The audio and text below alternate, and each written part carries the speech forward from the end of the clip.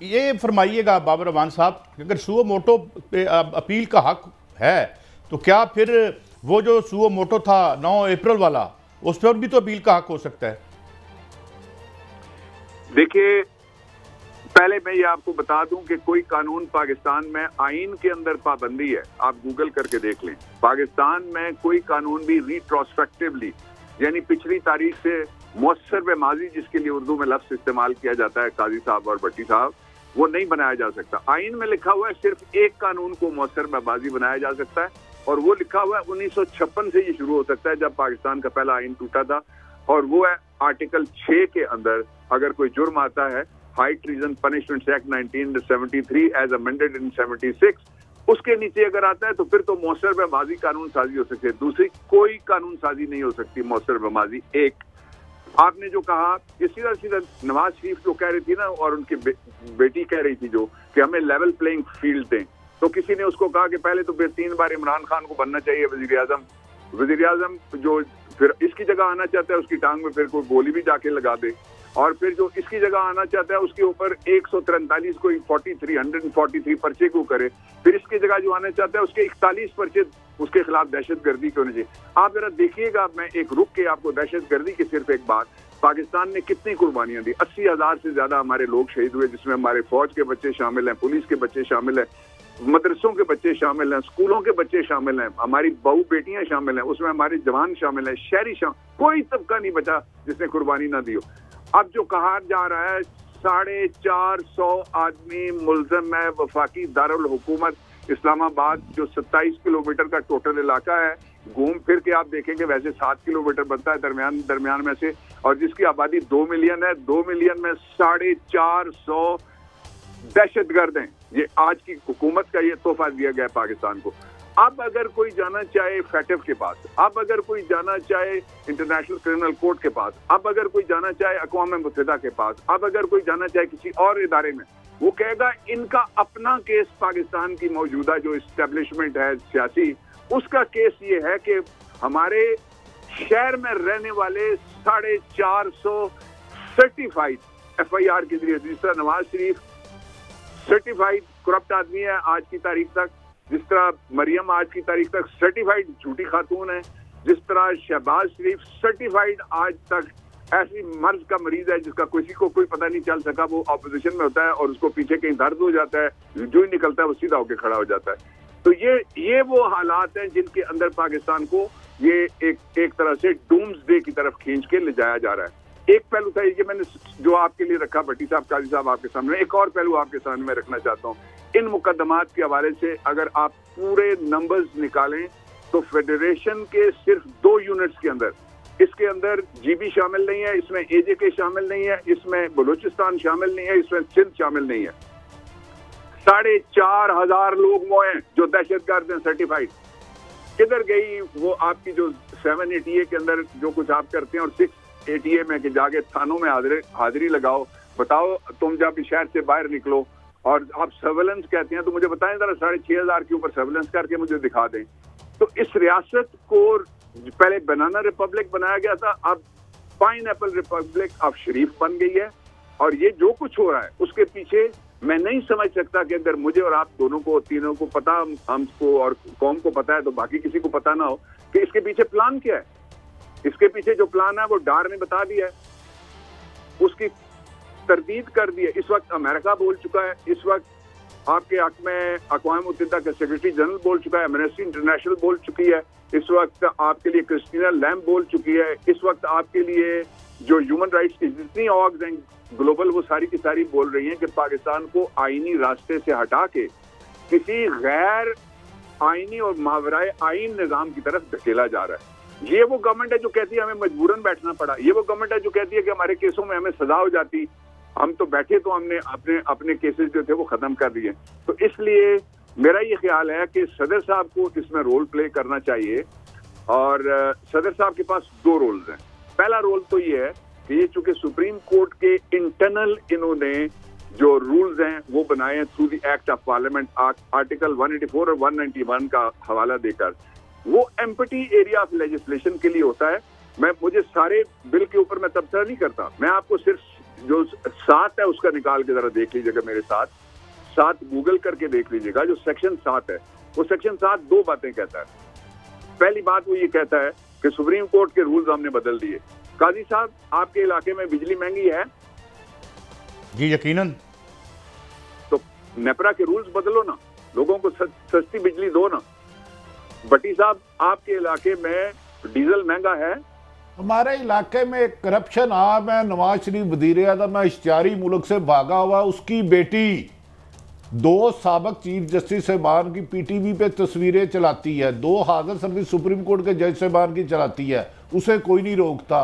तो अगर कोई इंडिपेंडेंट मीडिया रोल अदा करना चले तो उनका गला दबा देते हैं। बाबर रहमान साहब, हम साहब कहाँ जाए, हमारी भी तो रहनुमाई करें। अब मैं डीजल और तेल की मैं बात कर दूं, फिर मैं आपसे भी गुजारिश करने लगा हूं। डीजल और तेल, आप कोगरा के क्यों नहीं रूल्स ठीक करते कि जिस कीमत पे सारी दुनिया में बिक रहा है उस कीमत पे लोगों को, पाकिस्तान के लोगों को भी वो सहूलत हो। इंसान समझो इनको, पाकिस्तानी समझो, अपने समझो, दुश्मन ना जानो, दहशतगर्द ना इनको बनाओ। दूसरी बात जो आपने कही, कितने इदारे हैं और जिनके इस वक्त मसलन मिनिस्ट्री ऑफ डिफेंस है, उसकी जरा इंटरनल रूल्स हैं, उनके ऊपर आप लेजिस्लेशन करके दे दें। पाकिस्तान के अंदर 3 सर्विसेज हैं, जुडिशियल सर्विस को आपने हाथ लगाया। तीसरा रूल्स, आप सीडीए के रूल्स आप नहीं बदल सकते अपनी मर्जी से, उससे आपको पूछना पड़ता है। पहला जो सदर के पास रास्ता है कि वो सुप्रीम कोर्ट ऑफ पाकिस्तान के चीफ जस्टिस को भेजें और पूछें कि आपकी कोई इसके ऊपर ओपिनियन है तो वो बता दें। दूसरा रास्ता ये है कि वो ये कहें कि ये चूंकि 184 है, 184(3) के अंदर उन्होंने खुद लिखा है कि ये इख्तियार है सुप्रीम कोर्ट ऑफ पाकिस्तान को, रूल्स का इख्तियार नहीं है। 184(3) का इख्तियार है सुओ मोटो नोटिस। तो उसके ऊपर वो अगर करना चाहते हैं अमेंडमेंट, तो मेरी जो एज अ ज्यूरिस्ट जो ओपिनियन है, former law minister, coauthor of the constitution, as a जो मेरी ओपिनियन है, senior advocate of the Supreme Court, मेरी जो ओपिनियन है वो ये है कि आप सिर्फ 238 और 239 में जा सकते हैं, 2/3 मेजोरिटी से बदल सकते हैं। कुछ चीजें ऐसी हैं जिनके बारे में बारे मुतालबा करती रही हैं, लेकिन ये कहाँ पे लिखा हुआ है कि आप एक मुजरिम को फायदा देने के लिए टेलर मेड और पर्सन स्पेसिफिक वो आप आइन बनाएंगे। अब जो केसेस इसमें खुलेंगे मुअस्सर बेमाजी, उनमें तो इनकी बुनियाद हिल जानी है अपनी, इसलिए कि जो आधी रात को अदालत खुली थी और सुओ मोटो नोटिस हुआ था, उसमें तो हमें कोई रिलीफ नहीं मिला। उसके बाद तो अपील तो फिर उसकी भी पूरी सुननी चाहिए, वो जरा दोबारा से खोलें। अगर आप वो खोलेंगे तो आइन तोड़ने वाला फिर कौन कौन उस लिस्ट में किस किस महकमे से और किस किस इदारे से आएगा, और उसका साइज क्या होगा और उसका ओहदा क्या होगा, ये भी आप देख लें। तो इसलिए मेरा नहीं ख्याल कि ये कुछ और चाहते हैं। हम एक सादा सवाल कौम के सामने इमरान खान ने रखा है, मैं भी वही रखना चाहता हूँ। हमें इलेक्शन की तारीख दो, इसमें 5 लफ्ज हैं टोटल, तारीख दे दी गई है, उसके ऊपर इलेक्शन कराओ। अब 1-2 बहाने ये लगा रहे हैं कि हमारे पास माल नहीं है। दूसरी तरफ अभी जो लोगों को जो सुप्रीम कोर्ट की जजमेंट है एक और, उसकी खिलाफ वर्जी करके ये अपने एमएनएज को पैसे देने के लिए इन्होंने एक मिनिस्ट्री को, मिसाल के तौर पे जो फजलुर रहमान साहब के बेटे की मिनिस्ट्री है उसको 225 करोड़ दिया गया, अभी घंटा पहले वो मंजूरी हुई है। बाकी मिनिस्ट्रियों के पैसे आप निकाल के देख लें। तो ये सिर्फ इलेक्शन के लिए पैसे नहीं रहे, फिर कहते हैं सिक्योरिटी हम नहीं दे सकते। जिन इदारों के बारे में आइन और कानून में लिखा हुआ है कि वो इंटरनल डिस्टर्बेंस के ऊपर सिक्योरिटी देंगे, वो डिप्टी सुपरिटेंडेंट ऑफ पुलिस बुलाएगा तो उनको आना पड़ेगा, डीसी की जरूरत भी नहीं है, एसपी की भी जरूरत नहीं है। और जिन इदारों की ये ड्यूटी है कि वो मावराए बॉर्डर और इंटरनल सिक्योरिटी देंगे, वो एक इदारा नहीं है सिर्फ, वो 7 इदारे टोटल बन रहे हैं। वो कैसे कह सकते हैं हम आपको नहीं सिक्योरिटी दे सकते? वो कहते हैं हम अपना काम नहीं करेंगे, वो एक घर की गुलामी करेंगे हम। और साहब ये रहनुमाई फरमाए, ये जो कल उन्होंने कानून पास कराया है जो तमाम आईनी माहिरीन आप जैसे साहब कहते नहीं, क्या आप इसके खिलाफ सुप्रीम कोर्ट में जाएंगे या जैसे ये कर रहे हैं होता जाएगा का सिलसिला?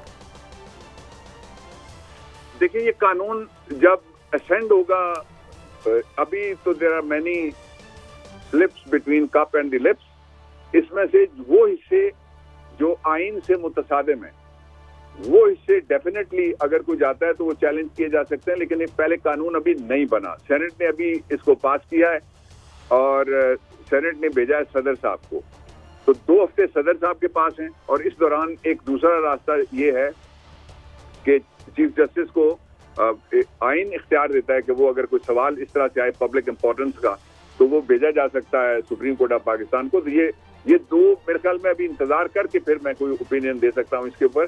लेकिन जो कुछ भी आईन से मुतसादिम है, मसलन मैं आपको मिसाल देता हूँ, आईन में लिखा हुआ है 90 दिन में इलेक्शन होंगे, 1 घंटा ऊपर हो गया तो 91 दिन आईन सबूताज हो गया।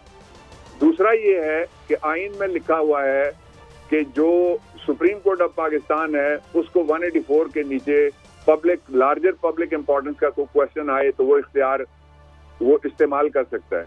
तो इसकी हद तक फिर अगर कोई अमेंडमेंट करनी है तो वो आइन में ही जाएगी ना। मेरी समझ में ये नहीं आता कि किस तरह से आईनी दफा के अंदर, आर्टिकल के अंदर अमेंडमेंट करते हैं और सबऑर्डिनेट लेजिस्लेशन जो आइन से नीचे तरीकाकार है उसके मुताबिक ये करने की कोशिश कर रहे हैं। लेकिन ये फाइनल इसके ऊपर कोई ओपिनियन तब बनेगी जब एक कल या जब भी सुप्रीम कोर्ट ऑफ पाकिस्तान अपनी जजमेंट दे और दूसरा सदर असेंट देते हुए वो क्या मौक़िफ़ तहरीरी तौर पे इख्तियार करते हैं। अच्छा, वन लास्ट क्वेश्चन, ये समझते नहीं है कि ये फैमिली स्पेसिफिक लॉज क्या हम एक ओलिगार्की मुकम्मल तौर पर बन जाएंगे? अगर ये 90 दिन गुजरते हैं तो फिर हमारी किस्मतों का एक चंद खानदान फैसला करेंगे। हमारी किस्मतों का चंद फैसला करेंगे, वो फैसला करेंगे, वो पाकिस्तान के दौरे पे आएंगे, पाकिस्तान से बाहर लूट के ले जाते रहेंगे और कौम खड़ी तमाशा देखती रहेगी।